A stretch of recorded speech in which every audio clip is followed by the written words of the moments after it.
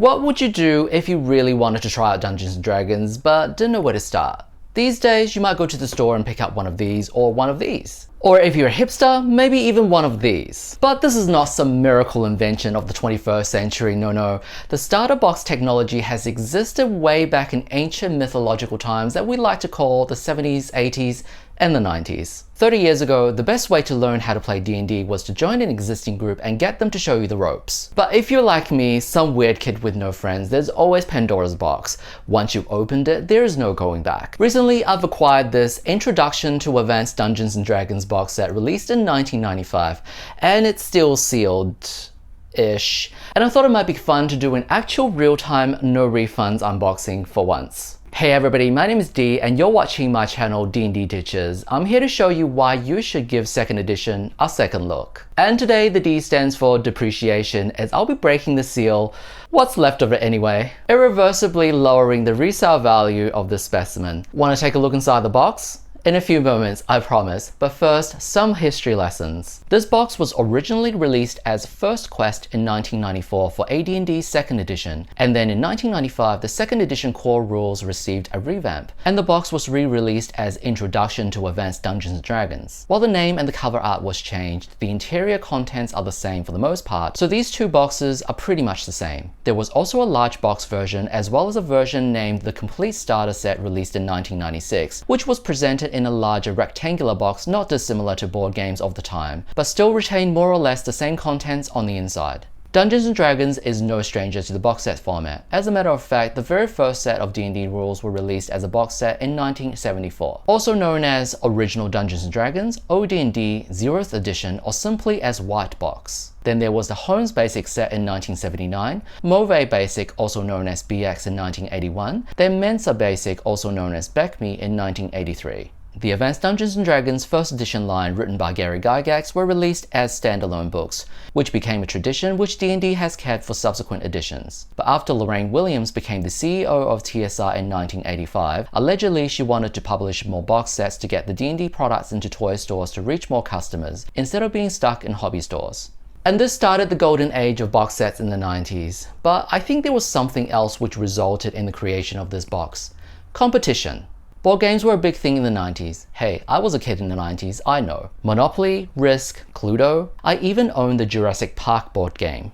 And then came this one little game called Hero Quest, which was a big hit with the boys, at least at my school. Hero Quest, released in 1989, was a board game where the players assumed the roles of 4 heroes exploring dark dungeons, slayed monsters, and hoarded treasures. Then there was a separate player who assumed the role of the evil wizard, who got to control the monsters and the traps in the dungeons, and acted as the antagonist to the heroes. Wait a second, this feels familiar?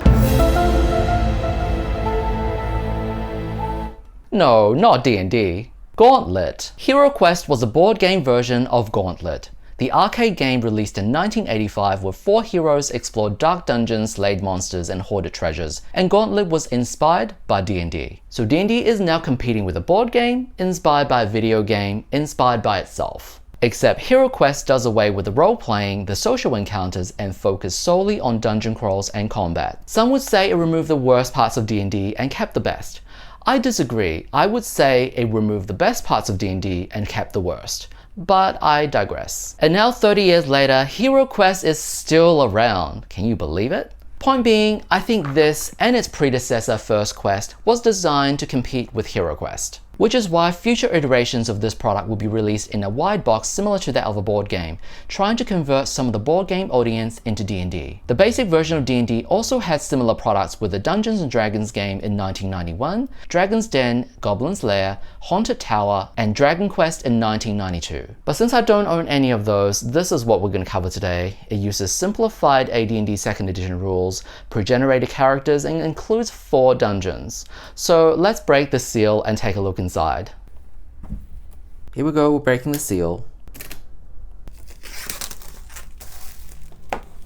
You'll notice here it says includes TSR interactive audio disc. This kickstarted the era of TSR box sets where it came with an audio CD, and it includes music, sound effects, and also voice acting dialogue, which is supposed to add to the mood of the game. You also see this is for 2 to 7 players with ages 10 to adult. The age recommendation is clearly intended to be marketed towards children and teenagers. And that goes back to what I said in the introduction about these boxes being made to appeal to the toy stores. So on the back of the box, it tells you what it comes with. So there's the CD, we have a DM screen, the Dungeon Master Guide, the Monstrous Manual, the Player's Handbook. So these are miniature versions of what you'll find in the standard 2nd edition Advanced Dungeons & Dragons game. These are just abbreviated rules intended to be used with this box set. Then we have the character cards, dice, some miniatures. So let's open this up. You'll see parts of the corner of this box is starting to sink into itself. This is fairly common with the box sets from this era. As you'll see, most of the space inside the box is going to be hollow, so there's nothing inside pushing against this box to make it hold its shape. So here we have the Dungeon Master Guide, the Monstrous Manual, and the Player's Handbook. Here is the CD. We have 6 miniature figurines being connected, and you would just need to gently twist these miniatures and it would just come out of its frame. We have a set of polyhedral dice, which are color-coded. A lot of the times they would actually put them in a small plastic bag so that the dice would not rattle around inside the box. Seems like they didn't do that back in the day. And then we have a DM screen. These are the small miniature cards that has the pre-generated characters as well as some artwork and other material. And there's some marketing material for the proper 2nd edition products. If you play through this set and you want to graduate to playing proper 2nd edition, these would be the books to get. So you've got Player's Handbook, Dungeon Master Guide, Monstrous Manual, the Forgotten Realms campaign setting, which was the most popular setting at the time. Customer response card, and then there is a poster map which represents the dungeon that you're exploring. This is double-sided, so there should be 2 dungeons in this. However, I have looked through a digital version of the set. I thought that there were more maps than this. I just had a quick flip through of this map. It looks like this contains the maps for the 1st and 2nd dungeon. The 3rd dungeon I distinctly remember is the Spelljammer dungeon, which I distinctly remember seeing the map for. So let's have a flip through the different books of this product while I try to figure out what the hell is going on with the poster map.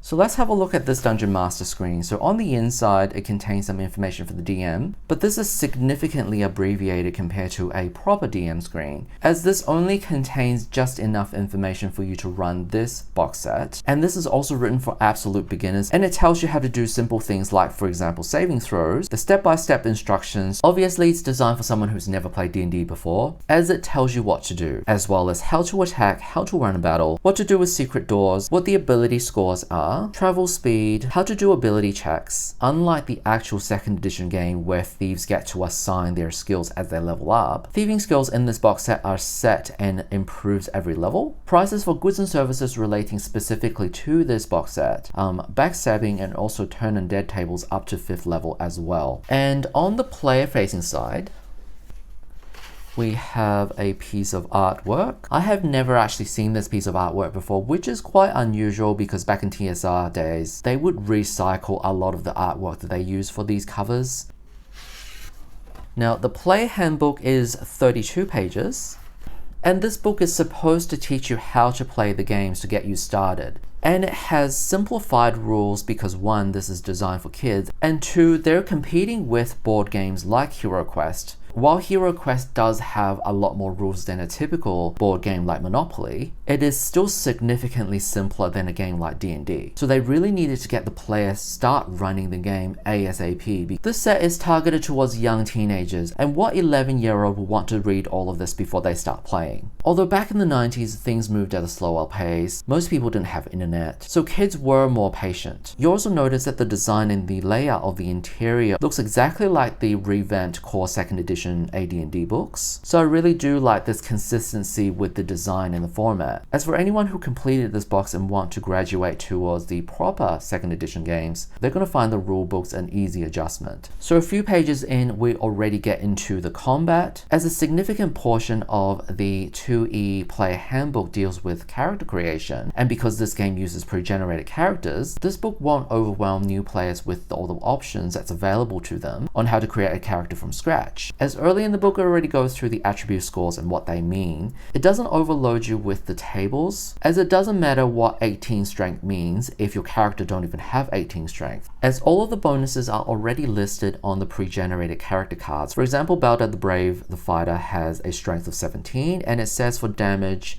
1d8 +1 bonus for strength. Go straight into how the combat works. So number 1, DM secretly decides what the monsters will do. Number 2, players take their turn each saying out loud what their characters are going to do. Number 3, roll for initiative. Number 4, whichever side won the initiative rolls all of its attacks. And number 5, whichever side lost initiative rolls all of its attacks. So this uses the default side initiative rule, which is the default rule for 2nd edition. Individual initiative is actually an optional rule, but most of the 2nd edition tables that I've seen uses the individual initiative, and a lot of people don't realize that side initiative is actually the default rule. So these rules are actually correctly represented as per the full book, and all of that being explained on half a page is extremely well done. This is really clean, it's really slick, and really easy to understand. So next part is how to attack. This is when it teaches you about armor class and Theco. This is probably going to be the part that takes a bit longer to understand, as there's a couple of different ways on how to use Theco. Your table or different players might have a different way of interpreting it, but at the end of the day, as long as you get the right result, nobody really cares. And also back in the day, kids were more willing to do math problems. You're just doing addition and subtraction. It's not that difficult. This was before the days where our phones and our computers did everything for us, so kids didn't complain if they had to do some simple maths. Then we have casting spell, how to find and remove traps. So interestingly, the saving throws are under the casting a spell section. So there's one interesting difference between the simplified rules and the core rules. In 2nd edition core rules, saving throws have 5 different categories: death magic, wands, rods and staves, paralyzation, petrification, breath weapon, and spells. So in these rules, each character have a single saving throw score, and all you have to do is roll equal to or above your saving throw score to succeed. So this makes it easier for new players to understand the concept of saving throws. Money, magical items. All of these headings are quite short but to the point and succinctly summarized. So someone new to 2nd edition could actually read this little book and pretty much know 90% of the rules. If you want to learn 2nd edition, these rules are actually not a bad place to start. We have ability checks as a d20 roll, and you just need to roll equal to or under your ability score, which governs that skill that you want to do. Finding secret doors, and there's moving. Surprises and death. This also uses the death door rules, which means that death is at -10 hit points. This is actually an optional rule for 2nd edition. The default rule is death at 0 hit point, but a lot of tables use a death door rule of being unconscious at 0 and death at -10. Because this game is designed for kids, it's obviously being a bit more lenient, but still fairly deadly.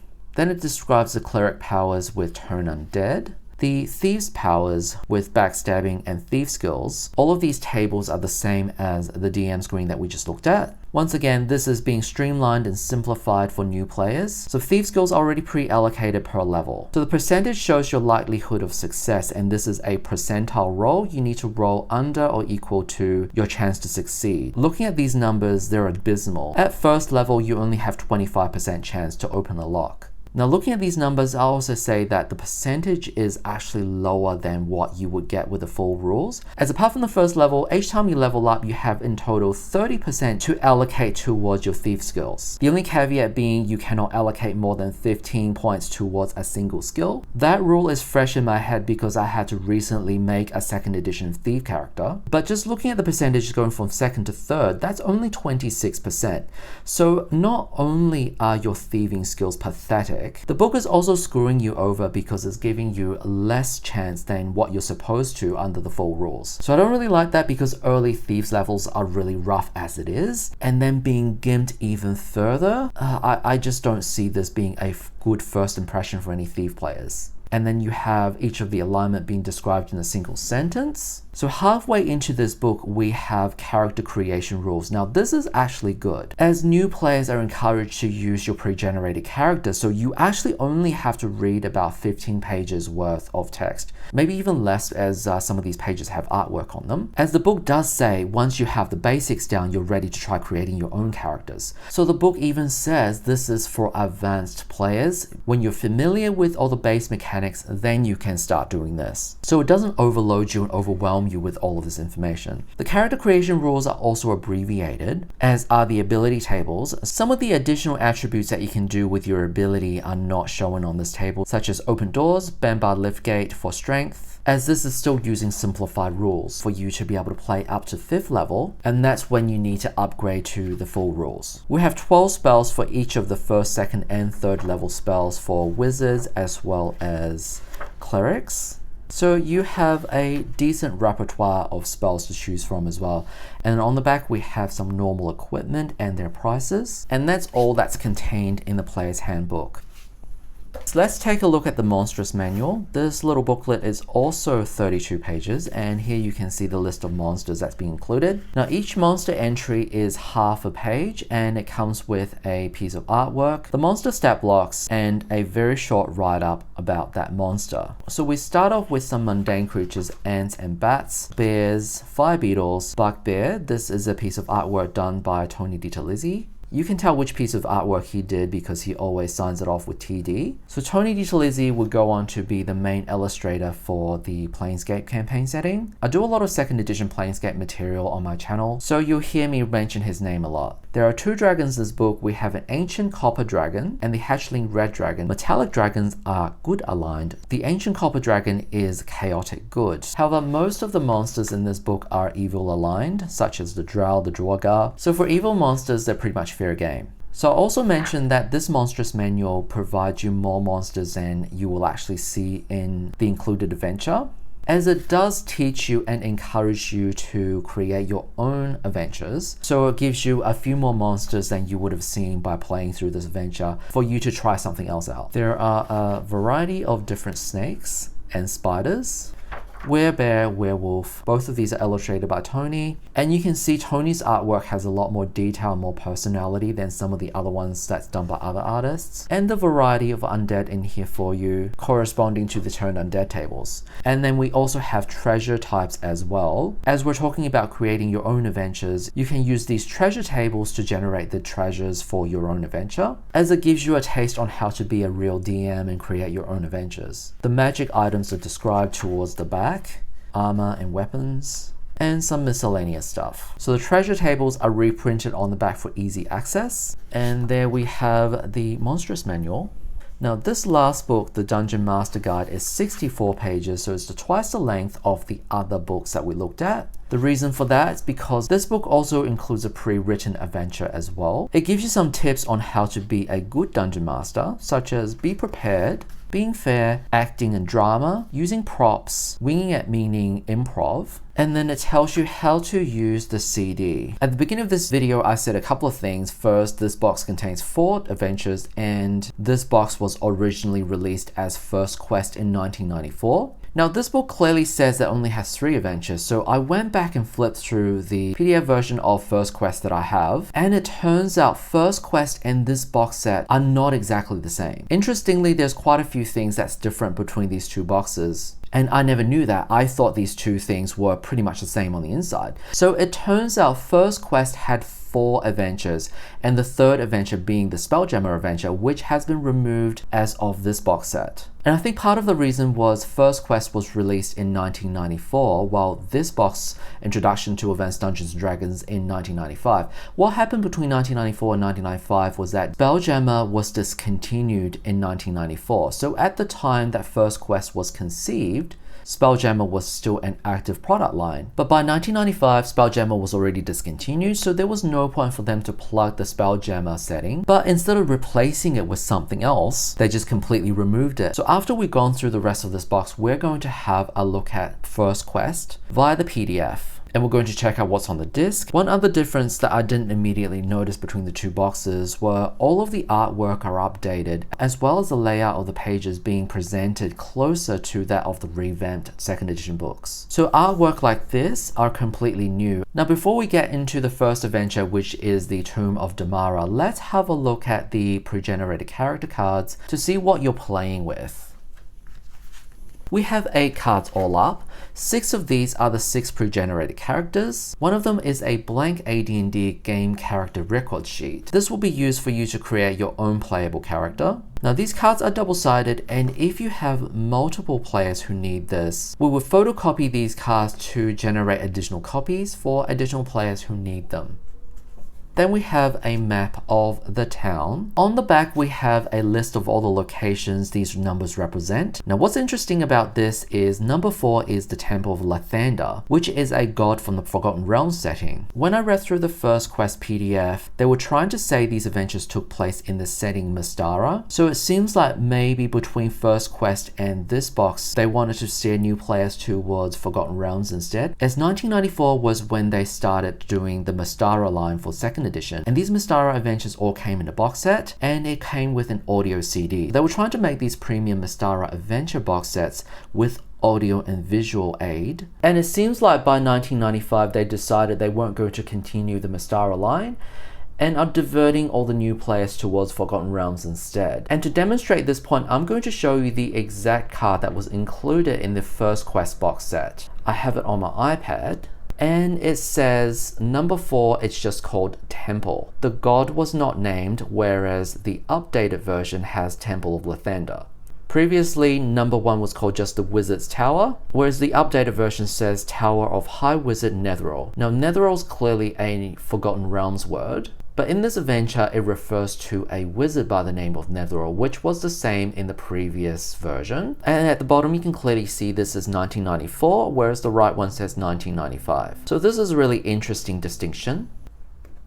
Now we're going to have a look at the remaining 6 pre-generated characters. 4 of these are the base classes: Cleric, Fighter, Wizard, and Thief. And then we have an Elven Fighter Wizard and a Dwarven Fighter. Now remember, these were originally designed to be part of the Mystara setting, and Mystara being a basic setting, and in basic rules, a character's race is a class. So in basic D&D, a Dwarf is just a fighter, and Elf is a Fighter Mage or Fighter Wizard. When basic rules are converted into second edition, Fighter Wizard multi-class will be the second edition equivalent to a basic elf. We're going to have a look at Fighter first. I'm not going to go through all of these in a lot of detail. However, I want to illustrate how, for the lack of a better word, average these pre-generated characters are. If you look at their ability scores, Fighter has a score of 17 as its strength. The rest of the scores are kind of middling. If you're used to some of the newer editions of D&D, you might be thinking, hey, 12 and 14 is not too bad. There will be a fair comment from 3rd edition and onward. However, back in 2nd edition, you only start getting bonuses when your scores are very high and penalties when they're very low. Essentially anything between a 6 and 14, you're going to have no bonuses across the board. So there's not a lot of material difference between an 8, a 10, a 12, or a 14. You're essentially getting a +0.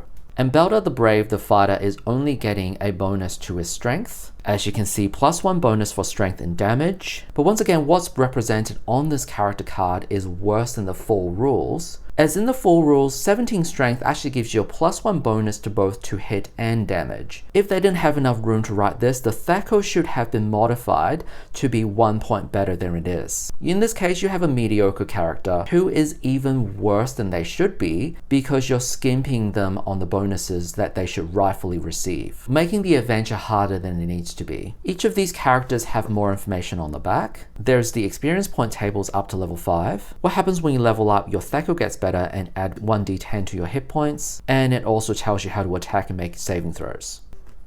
And then we have Slinker the Thief, whose best ability score is 15 in dexterity. Now 15 means you're barely getting any bonuses at all. And Thief is already the weakest class, especially at low levels. They only have a d6 hit point, 3rd THAC0 progression. They can only wear light armor, and their thieving skills are quite pathetic at low levels. Plus, as I mentioned before, their skills are progressing slower than they should be. 15 dexterity only gives them a +1 armor class, and their armor class is 7, which is actually pretty bad. And then on the back we have an explanation on the different thieving skills, experience point tables, and how to backstab.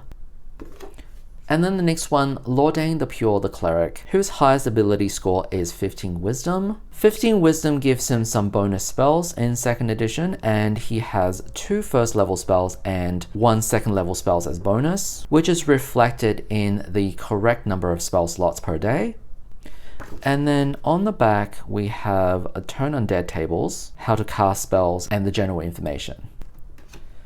Now, the reason why these characters have such average ability scores, that's because the default rule for character creation in 2nd edition is 3d6 down the line. So having 117 is actually above average. So on average, if you use the default character creation rules, these are actually not considered bad characters in 2nd edition. However, most tables that I know, at least these days, tend to use a more generous method in character creation. Looking at this sheet, Morganth the Mysterious, the Wizard, his high ability score is 17 in intelligence, but unlike the cleric, wizards do not get bonus spells for high intelligence. But there was also an error on this, and that is his Thaco does not improve for the first 5 levels. That's wrong because wizards Thaco improves every 4 levels. So by level 5, he should at least have a Thaco of 19 from memory. However, it seems like he does have the best saving throws, and as we're using simplified saving throws, 12 will be applied across the board. And on the back, we have the rules on how to cast spells. Now, what it doesn't have is being able to scribe spells to your spellbook, and hence learning new spells. And that's what your high intelligence should give you bonuses in doing. I think in the adventure itself, it tells you how to scribe spells,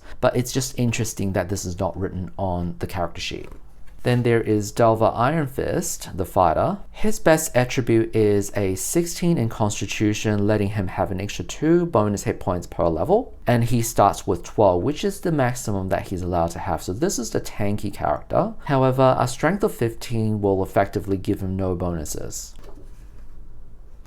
And last we have Silverleaf Halfmoon, who is the multi-class Elven Fighter Wizard. He only has an 11 strength, so completely mediocre as a fighter, and a 15 intelligence, barely above average in terms of being a wizard. His highest ability is a 16 in charisma. With these simplified rules, actually does nothing. However, being a fighter wizard multi-class is already quite a powerful class combination. In 2nd edition, you cannot cast wizard spells and wear armor at the same time. So he wears no armor, has the worst armor class of 10 because he has no dexterity modifiers. He is supposed to be a ranged character. This is why the character portrait has him use a bow. He needs to stay far back or else he's going to die very quickly. Now on the back is something that's really interesting. Every other card that we have has the experience point tables. He does not. As multi-class characters in 2nd edition progress their classes independently and their classes have different XP thresholds, maybe this is a little bit too difficult to explain in simplified rules. I wonder if his XP tables are written in the book somewhere. What they could do instead of having fighter and wizard progress independently is to add the experience table requirements together. Fighter requires 2,000 and wizard requires 2,500. So they could make it that he requires 4,500 XP to progress to 2nd level.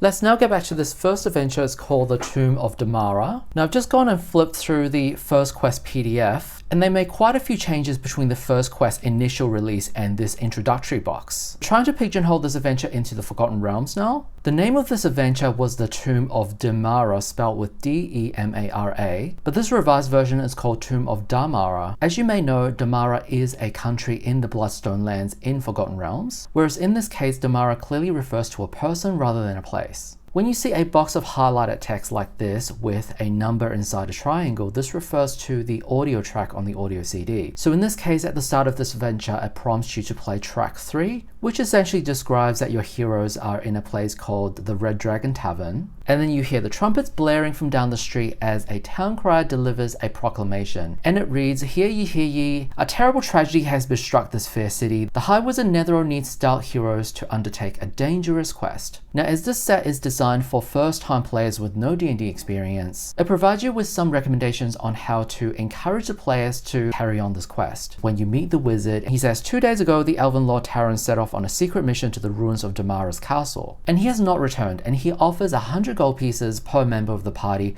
for you to go and retrieve this orb for him. This is the first roleplay opportunity between the players and the NPCs. If the players are haggling for more gold, the book actually says this is a good thing because it's encouraging them to roleplay. And then there are also some answers on the typical questions that the players may ask about Taran or the mission. This introduction already sets itself apart from Hero Quest, which really don't have any roleplay elements at all. And on this page we have the map of the Tomb of Damara, your first dungeon. It is assumed your players get to the castle without much trouble. It even says here how the characters get to the ruined castle is not important. This teaches the DM to skip directly to the fun part. Now I'm also going to bring out this poster map, which duplicates a smaller map that you saw on the page. They've also included a small sidebar here saying that 1 inch equals 1 square equals 10 feet. Now if you look closely, this map is divided into square grids. If we move down a little, you'll see this is the entrance. And if we scroll over to the right, we have more additional caverns. This map is clearly designed to be placed on the table to give the players a visual representation of the rooms of the dungeons. Now back in those days, dungeons are typically drawn on square gridded paper. However, they weren't meant to be used as battle maps. Most 2nd edition players used Theatre of the Mind for combat. Default 2nd edition rules didn't really have a lot of combat mechanics depending on precise positioning of your party and the enemies. The melee combatants are sort of in a mosh pit of sort where everybody can target everybody else. A lot of groups use miniatures sort of as a rough guide on a visual representation of the party and the enemies, but the positions are more relative and approximate. It's not so much like these days where combat takes place on the grid itself and you have to move around the room to be adjacent to the enemy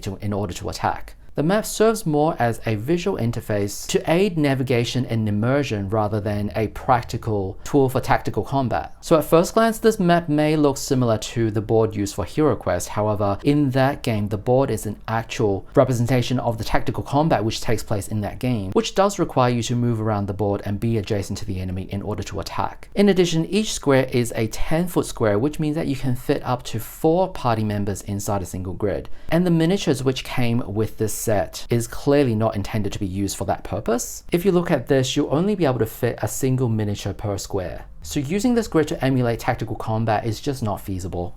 So going back to the book, you start with the entrance hallway and this being your first room. And in this first encounter, you meet 2 gnolls who tells your party to surrender. This introduces you to another roleplay opportunity, this time with the enemies. Being as this might be the player's first time, they may actually say yes to the surrender. And if that's the case, the gnolls will take the player's weapons, tie them up, knock them out, and throw them out, essentially leading to a game over, and the book even says better luck next time. The way this book teaches new players is through negative reinforcement. As in, if you make the wrong choice, or if you make a choice in the way that the book doesn't want you to play, such as being evil, being selfish, being a coward, the game will punish you for it. For example, the first encounter with the wizard Netheril, where he gives you this quest, you have the option of saying no, and then what would happen is that the DM will tell you, you return back to the tavern and you're bored out of your mind, and you wait 2 hours, and then you have another opportunity to go back to the wizard to take on his quest to be able to move forward. These types of illusions of choice and consequences when you make the wrong decision is used quite a bit in 90s media. I'm talking about video games and computer games, particularly the ones targeted towards children and the ones that are more like educational type. I remember going to primary school in the early 90s and we used to have like these educational games that we would be able to play on the computer. And there was this one that I remember, it was like you're supposed to go on this quest kind of thing, and then during certain points of this quest you're given yes or no questions. Like for example, there was one I remember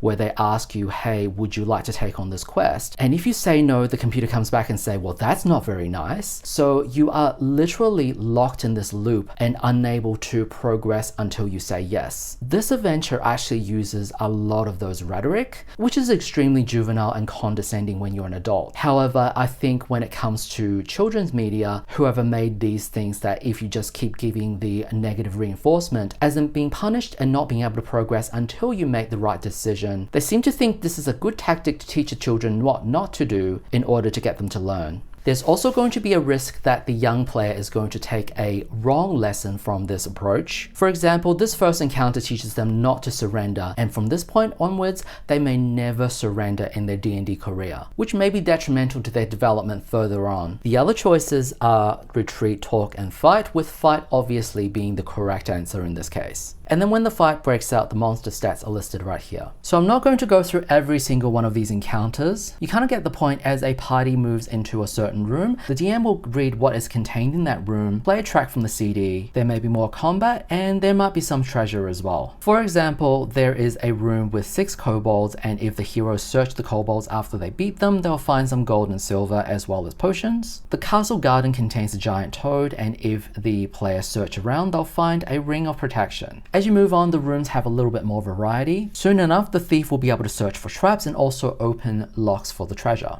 And now, as you may know, in 2nd edition, at first level, your character is quite squishy. You can be brought down to 0 hit points with just 1 or 2 hits. So this adventure says if you need to rest, you can return back to town at any point. I know there might be certain players or certain DMs that might have a certain perception about how much a typical party is expected to get through an adventuring day. But if you think about it, a new band of adventurers who gets beaten up 2 rooms into a dungeon is going to think, you know what, survival might actually be more important. So at least for this first dungeon, you are given the ability to retreat and rest up whenever you want. Now pretty soon you'll find Terrancel. This is the elf that came to search for the orb before you. Here's a piece of artwork, and he's obviously been captured. This is the first opportunity for you to engage with someone that's other than a monster in this dungeon. This will be a great opportunity for the book to say, hey, try to encourage the players to be creative, to think of something that's outside of just rushing in and killing the enemies. Maybe they could try deception, maybe they can try stealth, maybe they can try negotiating with them, but the book doesn't really encourage the DM to do that. And you're pretty much just assumed that the player's going to go in, beat the goblins up. After you save Taran, he says he does not have the orb and that you need to go deeper in the dungeon to find the orb. Now, if your party decides not to proceed any further, this is essentially another game over. Just remember, the game is trying to teach new players to be heroic and to act in a good manner. And acting against that is definitely the wrong answer, and you'll be punished substantially for that. There are a couple of instances in here where it rewards creativity. For example, when you meet a carrion crawler, if the party realizes that it's hungry and throws rations at it, it'll eat the ration and ignore the party. Now, eventually you will encounter the boss Bone Gnasher with his 2 wolves. Thankfully, you don't have to fight them both at the same time. So after you take care of the wolf, then Bone Gnasher, the ogre, will join the fight, and he has 23 hit points. That is a lot of hit points for first level, and there could be a chance that your party loses against him, especially if your hit points are low and you haven't rested. Now, when he dies, you'll find a key. It is shaped like a miniature flute or a pipe of some kind, and when you hold it, you'll hear a faint, airy music in your mind. So this is a hint to your players that there's something special about this key. So there could be a point where your party has explored the entire map with every single room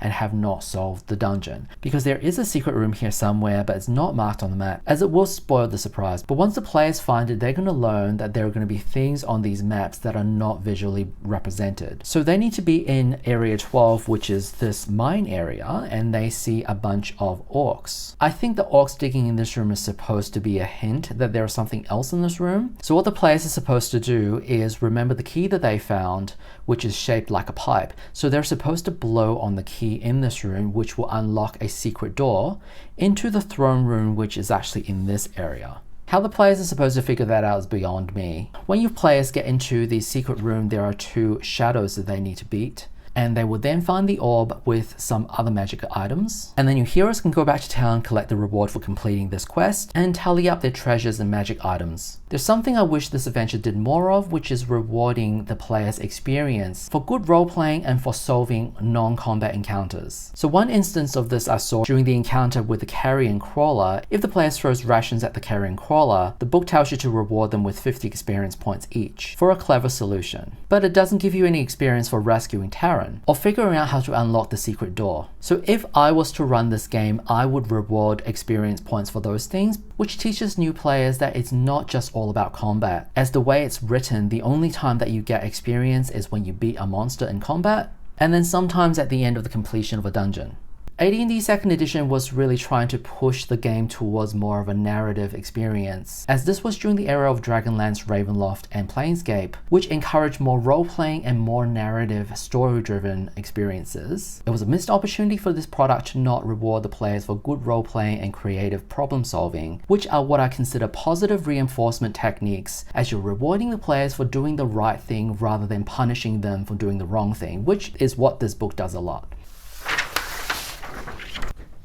Now that we've finished this dungeon, let's return to town. This is another difference between the revised box set and First Quest. In First Quest, the town that you started in didn't have a name, and it was implied that it belonged to the Mystara setting, whereas the revised box has given it the name Freedale, placed it in Dale Lands in Faerun, and also plotted out the dungeons on this map as well. So Tomb of Damara, the first dungeon that we just went through, is located in this forest over here. And the second dungeon, called Harrow Hill, is located in the Dagger Hills region. In a way, this is not a bad idea because it puts this game in an established setting, as once you finish this game, you can continue your adventure in a world that's already been established. So if you want to continue your adventure in the surrounding region, there is a lot of options for that. And here is the map for the town that we also saw on the cards. The town's also been expanded a little bit from the previous iteration as well. The Wizard Netherald that you met in the first quest also have a range of items that it sells, and it can also identify items for you, but the cost is 1,000 gold pieces per identification. The alternative is to give up a piece of magical item and he will identify an item for free. Now 1,000 gold is extremely steep. As a matter of fact, most of the items that you find in this adventure are going to be worth less than 1,000 gold, so it costs more than the value of the item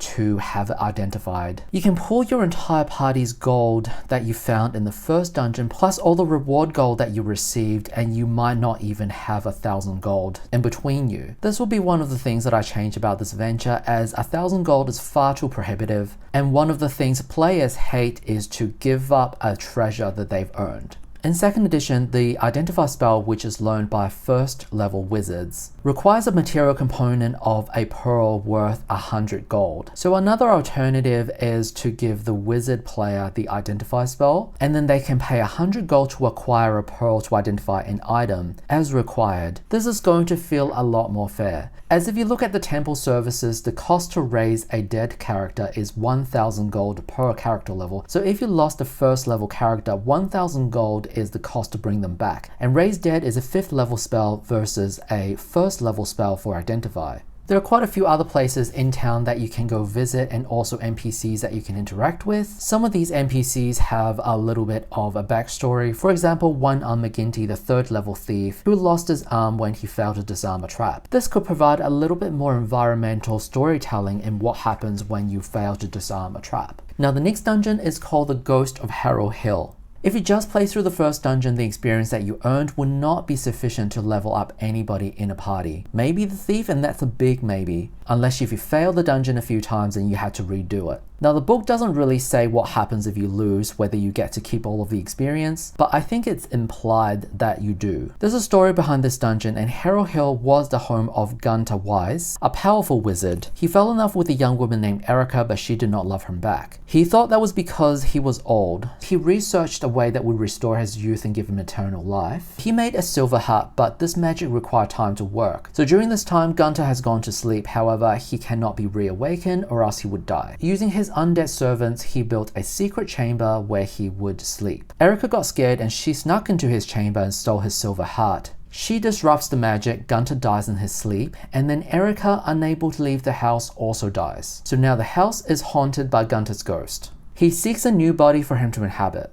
Now there's a big difference between this adventure and the previous one. In the previous one, you could leave and rest whenever you want. In this one, however, you are unable to leave. And not only then, you are also working with a time limit. This dungeon must be solved before midnight or else it's game over. This adventure is set up in the style that's also quite popular in the 90s in these trial and error adventure games. There are a lot of computer games that were set up with this type of a premise where you need to do a certain thing before midnight or before a certain time limit, usually trapped inside a mansion. I wasn't much of a PC gamer back in the early 90s, so I cannot give you any specific names of PC games that did this, although I'm pretty sure that there were quite a few. I know there was a game that was released for Sega CD that was literally called Mystery Mansion, and that had a very similar premise that you had to solve this mystery before midnight. Now, it's all well and good for this type of structure in an adventure game, but when this premise is combined with D&D, what happens is that you are not able to rest. Therefore, you cannot restore any hit points, you cannot restore spell slots, and you cannot change out your spells. So you have exactly the resources that's available to you when you walk into this dungeon. So if you prepared the wrong spells, well, guess what? You're gonna have to try to make it through with what you've got. There was something else that was quite common during this era of video games, and that was they made the games extremely difficult. Video games were expensive, so if you were able to beat it within a couple of hours, well, it doesn't feel like money well spent, and people would be seeking refunds and that kind of stuff. So what they did was trying to make the games more difficult, which encouraged replay and memorizing where the enemies are, where the hazards are, where the treasures are. And it's really only after a few tries with enough meta knowledge and mapped out the optimal path to take and a little bit of luck that one succeeds in beating this game. And I feel like this adventure is also structured in that same way. There are even more instant death or game over scenarios. For example, very early on, there is a desk. And if you don't disarm the trap, everyone trying to open it will be pricked by a poison needle. Even though it doesn't kill them if they fail a saving throw, it does 1d6 damage, and the thief only has 6 hit points. So there is a chance for your thief to be brought down to 0 hit point if they fail. Shortly after this, the ghost of Gunter will appear. Now remember, he has sealed all of the exits to this house, so the players cannot get out. And he says, "You are my prisoners now, give me the life of one,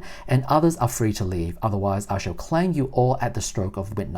If the party gives in to his request, they will need to pick a party member to sacrifice essentially. The ghost laughs and he waves his hand towards the door and tells everyone but that player that they're sacrificing to go. And if that player tries to escape, the door will instantly close in front of them. And then the DM is supposed to read out this passage to the characters who escape. "The path from the house disappears into the same strange mist you went through coming here. Moonlight fills the sky but is not soothing. In your heart, you know you have done a terrible evil. Life will never be the same for you again." This is an example of a game over, because giving up one of their friends to the ghost is an evil act and the game punishes you for it. Now you can kind of still keep playing, however, for the characters that escape, the cleric can no longer cast spells or turn undead. For everybody else, healing spells, potions, and scrolls will no longer work because gods are angry with the heroes who escaped. And the character who got sacrificed is essentially permanently killed, and the book says it's time for that player to start a new character. So that's some really harsh punishment for the players. And the players are probably just kids, and kids are stupid, I know because I was a kid at one point. This is another example of the negative reinforcement that this game keeps banging over your head with. It is extremely unsubtle and heavy-handed. Now the right thing to do is not to give up any of your player characters. Then what happens is that the ghost gets hostile, combat starts. Gunter is completely immune to all attacks. This is another horror trope from this era. The invincible monster that comes to harass you every now and then. His attacks automatically hit, and whoever gets hit needs to make a saving throw. If they fail, they fall to the ground as if they're dead.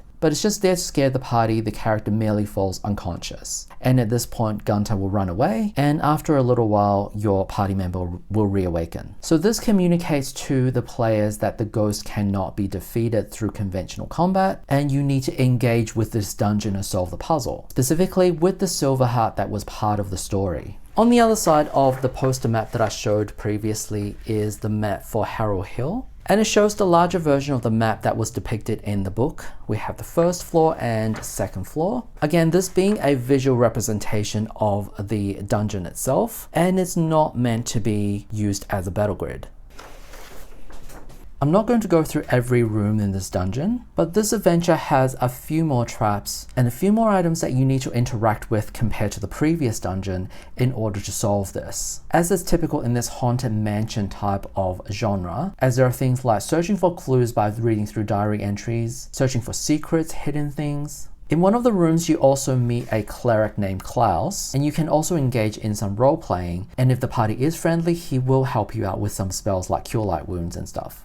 But if the party goes all murder hobo on him, that is considered an evil act, and as you guessed it, so the same kind of consequences where the cleric loses their divine powers and potions and scrolls will no longer work. In order to solve this quest, there is another secret room that you need to find.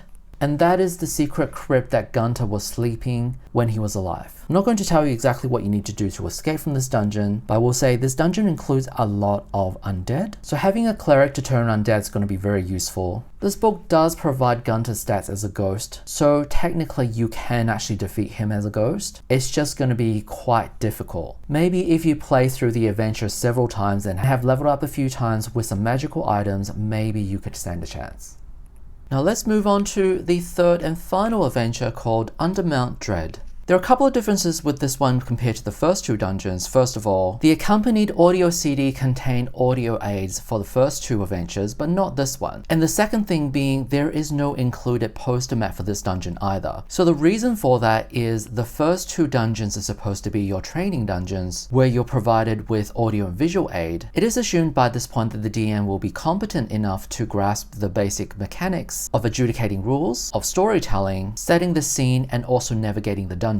The book includes a map for this dungeon, but it is encouraged for you to draw your own map, as it's trying to teach you skills that every dungeon master should know. It also encourages the dungeon master to customize this dungeon, as one of the tasks that the DM needs to do is look at the map and decide which doors are locked, and one of these rooms should have a secret door. This dungeon is designed for a party between 3rd and 4th level characters. If you had run through the 1st and 2nd dungeon of this module, your player characters will be lucky to even be 2nd level, so it does imply the need to run through the previous dungeons multiple times, which is not really surprising given a lot of the trial and error elements of those dungeons. And this being the revised box set is also at a disadvantage because they have completely cut out the 3rd Spelljammer dungeon. So had you purchased the previous iteration of this box, First Quest, you would have had an extra dungeon to play through and gain some additional experience to progress to 3rd level. This module also introduces the concept of a mega dungeon, as it is intended to have multiple layers. The first layer is fully detailed with a map and also with all of the rooms being written out. When you get to the 2nd level of this dungeon, no map has been provided, as the module is now teaching you another skill, which is to draw your own maps.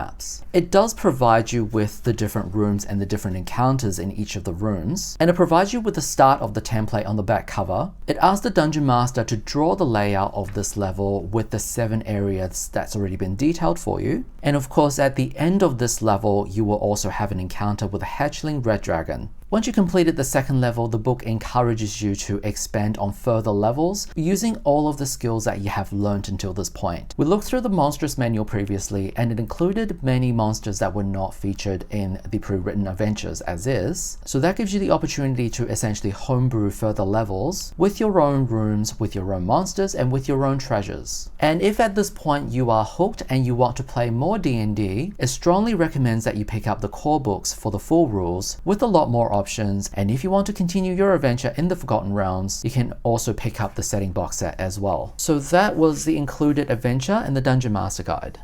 Now we're going to take a look at the original release called First Quest, released in 1994. For all intents and purposes, it was the same product, except there are some differences with the presentation. Instead of the rules being divided into the player's handbook and the DM's guide, the names of the individual books are a little bit different. So the first one is just called the rules book. This is the initial version of the player's handbook. Here we have a breakdown of the contents. The rules book is pretty much the player's handbook. Monsters and Treasures book is a monstrous manual. It has a separate book for the adventures, which in the other version is just called the DM's guide. And then there are separate booklets for the cleric and the wizard spells, which are consolidated into the player's handbook in the updated version. CD, Dungeon Master screen, player's cards, figurines, and dice are all pretty much the same. You'll see the layout for these books are also quite different, as well as the artwork. So the initial box had these pieces of black and white artwork, which have been updated and are now in full color. First Quest only supplies rules up to 3rd level, whereas the updated box set allows you to play up to 5th level. And the other thing is that this box set did not have any character creation rules. You can only play with the pre-generated characters. Whereas the updated box set had some simplified character creation rules. The rulebook included is only 16 pages, and then it moves on into the Monster and Treasures book, which is essentially just the monstrous manual. Now there are a couple of monsters in here that are different. The Dwargar has a different piece of artwork, and the gift being a Spelljammer creature has been removed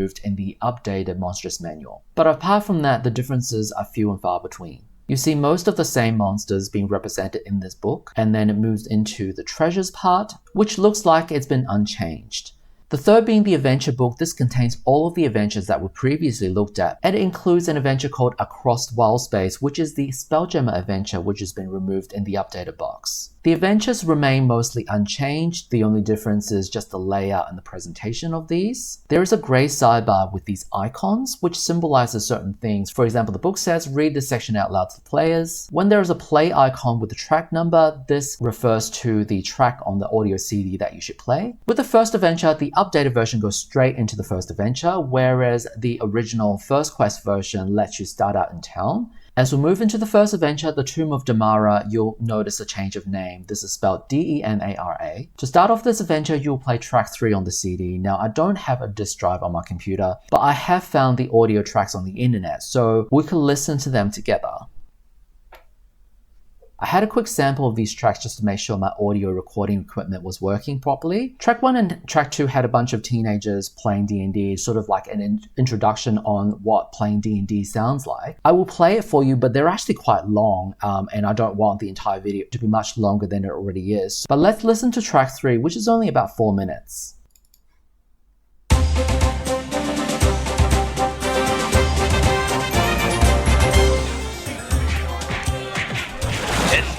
Five gnolls, 2 hobgoblins, a lizard man, and 20 orcs I slayed, I did. 20 orcs flopping around like mackerel on my sword. Ah! Don't you think you might be exaggerating just a wee bit, warrior? Perhaps maybe you badly bruised one orc. What, you calling me a liar? What do you think? Nobody calls Brandon Hardlow a liar. Just defend yourself now. Hardlow, steel yourself. I think you made a serious mistake challenging the thief. Well, this doesn't concern you, warrior. I challenge this miserable thief. He might be miserable, but he is also formidable. I personally saw him whack a dragon bone from bone. You did? From behind, of course. Hey! Where'd that miserable thief go? Look out, he's behind you. Where? I don't see nothing. Well, must have been mistaken. He moves like lightning. Invisible lightning. Well, if he ain't gonna fight me, no point in waiting around here. I got better things to do, you know. We'll be seeing ya. I like nothing more than seeing the air let out of a blowhard. He's gone now, thief. You can come out of the shadows. Ah, good. I thought I might actually have to fight that fool for a moment. Dying violently is bad. Dying stupidly is inexcusable. I know, but sometimes I just can't restrain myself, especially when it gets bored. And the last few weeks haven't exactly been exciting. I think that's just about to change. Hear ye! Hear ye! Hear ye! A terrible tragedy has bestruck this fair city. The High Wizard Nethril needs stout heroes to undertake a dangerous quest.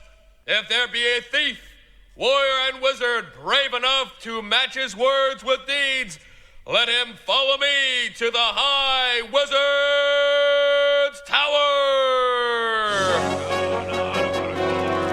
Adventure calls, my friends. Let's take up the challenge. I've had quite enough of this stinking duchy. Not so quickly, warrior. The High Wizard is as cheap as they come. Got hoodwinked by him once. Come now. It does no harm to hear what the High Wizard has to say. If we don't like his offer, we can decline. All right. But let me do the negotiating.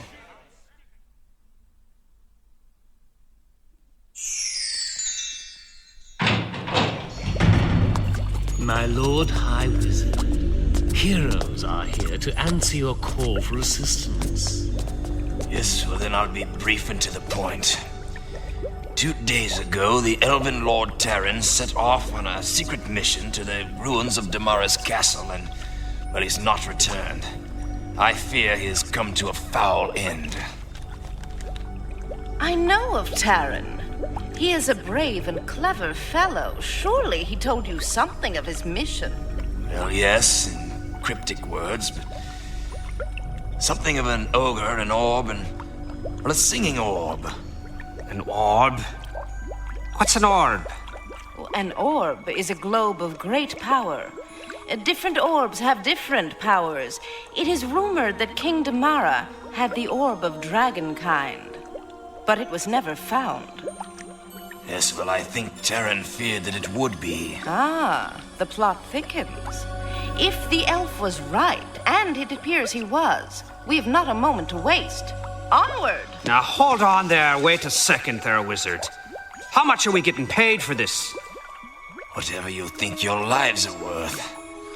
For if the orb falls into evil hands, it will be death or slavery for everybody in the realm, you fool you. Saving the realm is fine, but it doesn't pay me debts. So tell me, wizard, exactly how much is in this for me? 100 gold coins, thief. Not a penny more.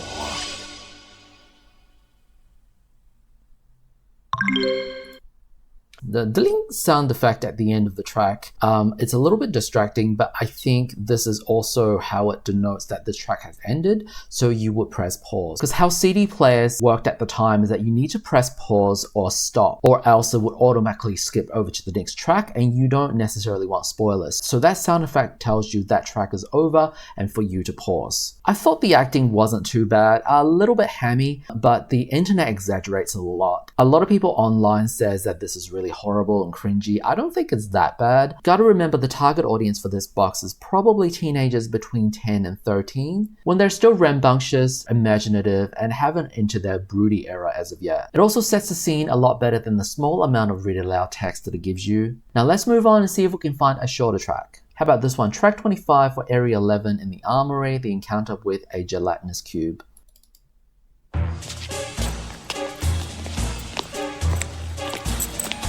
This must be the monster's armory. Look at all those weapons. Why are they floating in midair? It could be a ghost. No, it's a gelatinous cube!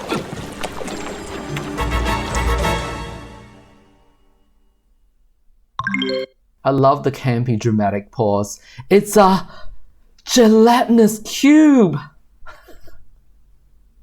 I actually quite like this. I think it's quite a lot of fun. Now we move on to the second adventure, The Ghost of Harrow Hill, which remains largely unchanged. I'm not going to play you the track that starts this adventure as it's quite long, but let's move on and find a shorter track. How about track 52 for Gunter's Ghost?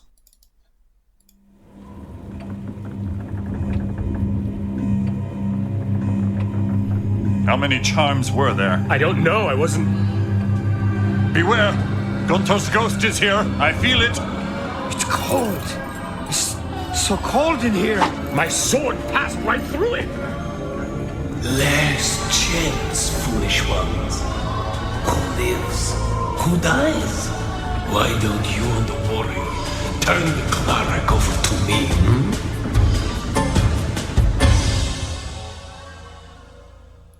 I love Gunter's corny accent. What I like about this piece is that it also provides you with some clues. One of the characters said, my sword goes right through him. When your characters attack and it does the same thing, that provides a little bit of a clue to the players that direct combat may not be the way to go in this encounter. So I've given you a taste of what's on the audio CD, you get the idea. It's fun, it's campy, it's just a little bit something that adds to the atmosphere of this adventure. But what I do want to show you is the Across Wild Space adventure, which was not available in the updated version. If you know a little bit about Spelljammer, this is the fantasy space setting from 2nd edition AD&D. I have done a Spelljammer video, so go check it out if you want to know more about the setting. This adventure starts after you've completed Harrow Hill, and one day while you just chilling out in the tavern, this large flying ship, a Spelljammer, comes to town, and you encounter this dude who is a hippo-humanoid. They're a race of creatures called the Gif. This is Captain Blow Thomas. He offers you a quest to rescue his Spelljammer crew who's been captured by pirates. This adventure also introduces the concept of having an NPC traveling with you. So previous adventures we had NPCs such as the cleric from Harrow Hill, but they didn't accompany the party, whereas Captain Blow Thomas will accompany the party in this adventure. From this point onwards, there are no more audio. The CD only covers the first two adventures.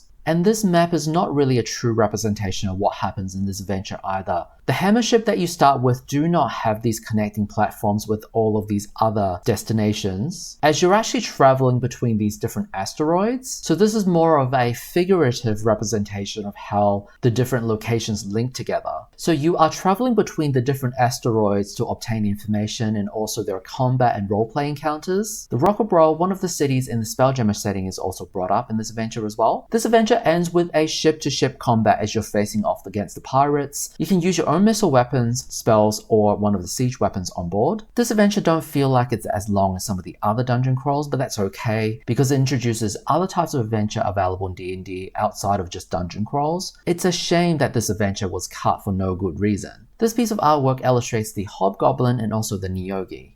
And then it moves on to the fourth adventure under Mount Dread, which is pretty much the same.